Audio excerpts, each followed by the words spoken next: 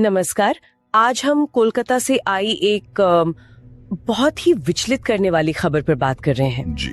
South Kolkata law college के campus के अंदर ही एक लॉ स्टूडेंट के साथ कथित तौर पर गैंग रेप का मामला। हाँ, ये कोशिश करेंगे कि असल में क्या हुआ, कौन लोग शामिल हैं और क्या ये किसी बड़े मुद्दे की तरफ इशारा करता है। बिल्कुल। तो घटना जैसा आपने बताया साउथ कोलकाता लॉ कॉलेज की है, जो कलकत्ता यूनिवर्सिटी से जुड़ा है, कस्बा इलाके में। ये 25 जून की शाम की बात है, मतलब करीब 7:30 बजे से लेकर रात 11:45 बजे के बीच। काफी लंबा समय। जी।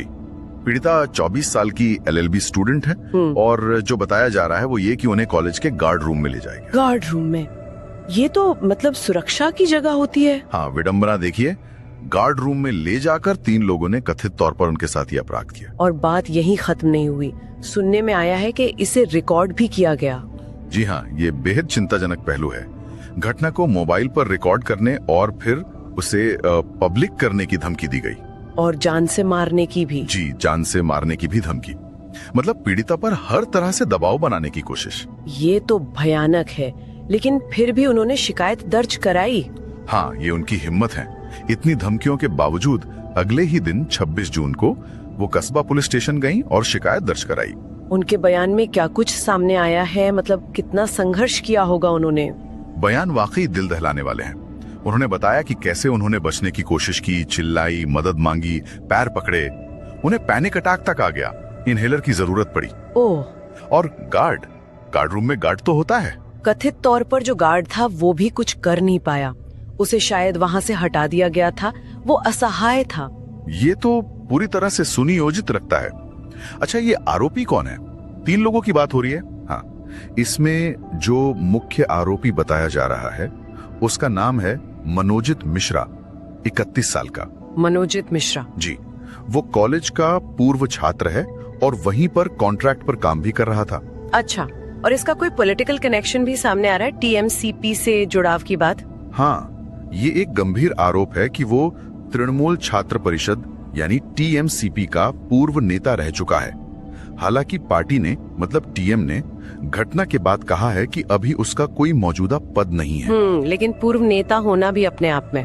खैर, बाकी दो आरोपी उसी कॉलेज के छात्र हैं। जायब अहमद 19 साल का और प्रमित मुखर्जी 20 साल का। छात्र हैं दोनों। और कोई मकसद, मतलब ये मनोजित मिश्रा का क्या रोल था इसमें? देखिए, जो जानकारी स्रोत से मिली है उसके मुताबिक मनोजित मिश्रा ने पहले पीड़िता को शादी के लिए प्रपोज किया था। अच्छा। हाँ, और पीड़िता ने मना कर दिया था। इसके बाद आरोप है कि मिश्रा ने पीड़िता और उसके परिवार को धमकाया था, झूठे केस में फंसाने की धमकी, झूठे केस में। तो क्या वो अपनी कथित राजनीतिक पहुंच का इस्तेमाल करने की बात कर रहा था? सवाल तो यही उठता है। ये धमकी अपने आप में बहुत कुछ कहती है। बिल्कुल। अच्छा, पुलिस ने क्या कार्रवाई की है अब तक? पुलिस ने एक्शन लिया है। तीनों आरोपियों को 27 जून को गिरफ्तार कर लिया गया। गिरफ्तार हो गए हैं? जी, और उन पर गंभीर धाराएं लगाई गई हैं। IPC की धारा 376D जो गैंग रेप के लिए है, धारा 342 मतलब गलत तरीके से बंदी बनाना, 506 यानी क्रिमिनल इंटिमिडेशन, जान से मारने की धमकी वगैरह, और साथ में IT एक्ट की धारा 67 भी। IT एक्ट वो रिकॉर्डिंग की वजह से? हाँ, वो अश्लील सामग्री इलेक्ट्रॉनिक रूप में रिकॉर्ड करने या प्रसारित करने की धमकी देने के लिए। उनके मोबाइल फोन भी जब्त किए गए हैं और साइबर फोरेंसिक लैब भेजे गए हैं। ठीक है, तो कानूनी प्रक्रिया चल रही है। अभी वो लोग पुलिस कस्टडी में हैं? जी, उन्हें अलीपुर कोर्ट में पेश किया गया था और फिलहाल 1 जुलाई तक पुलिस हिरासत में भेजा गया है। ये तो हुई कानूनी कार्रवाई की बात, लेकिन क्या ये सिर्फ इन 3 लोगों का अपराध है या इसमें संस्थागत लापरवाही भी दिखती है? कॉलेज प्रशासन का क्या रोल है? ये बहुत महत्वपूर्ण सवाल है। स्रोत बताते हैं कि कैंपस में पहले से ही मतलब अराजकता जैसी स्थिति की शिकायतें थी। पहले से? हाँ, और ये कि गार्ड रूम का दुरुपयोग होता था, मतलब उसे किसी और काम के लिए इस्तेमाल किया जाता था। और सबसे चौंकाने वाली बात जो आपने पहले बताई, CCTV नहीं था वहाँ। जी बिल्कुल, घटना स्थल पर कोई CCTV कैमरा नहीं था। ये सुरक्षा में एक बहुत बड़ी सीधी चूक है। ये तो अविश्वसनीय है। लॉ कॉलेज में गार्ड रूम के पास CCTV नहीं। हाँ, और इसी वजह से राष्ट्रीय महिला आयोग NCW ने भी मामले का स्वतः संज्ञान लिया है। उन्होंने रिपोर्ट मांगी है। अच्छा, NCW भी इन्वॉल्व हो गया है। और ये जो TMCP वाली बात है, क्या पहले भी इस तरह की दादागिरी या राजनीतिक दबाव की खबरें आई हैं कॉलेज से? स्रोत इस तरफ भी इशारा करते हैं। TMC पे पहले भी दादागिरी के आरोप लगे हैं। 2017 से फैकल्टी को धमकाने की बातें और 2019 में तो शिक्षकों पर हमले के भी आरोप लगे थे। तो ये मतलब एक पैटर्न सा लगता है, ये कोई अकेली घटना नहीं है। लगता तो ऐसा ही है। स्रोत में आरजी कर मेडिकल कॉलेज के एक पुराने मामले का भी जिक्र है। ये घटनाएं कहीं न कहीं पश्चिम बंगाल के कैंपस में यौन हिंसा, सुरक्षा की कमी और कथित राजनीतिकरण के एक चिंताजनक पैटर्न की तरफ इशारा कर रही हैं।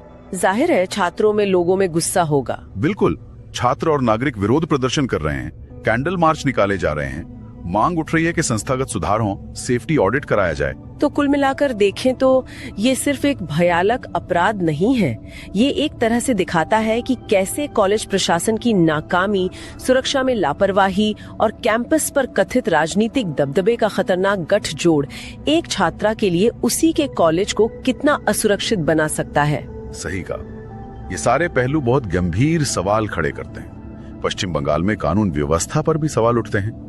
महिलाओं की सुरक्षा, उनकी शिक्षा में भागीदारी, इन सब पर इसका असर पड़ता है। और अंत में स्रोत में निर्भया फंड का भी जिक्र था। ये सोचने वाली बात है, निर्भया कांड को 1 दशक से ज्यादा हो गया, फंड बने, नियम बने, लेकिन आज भी जमीनी हकीकत क्या है?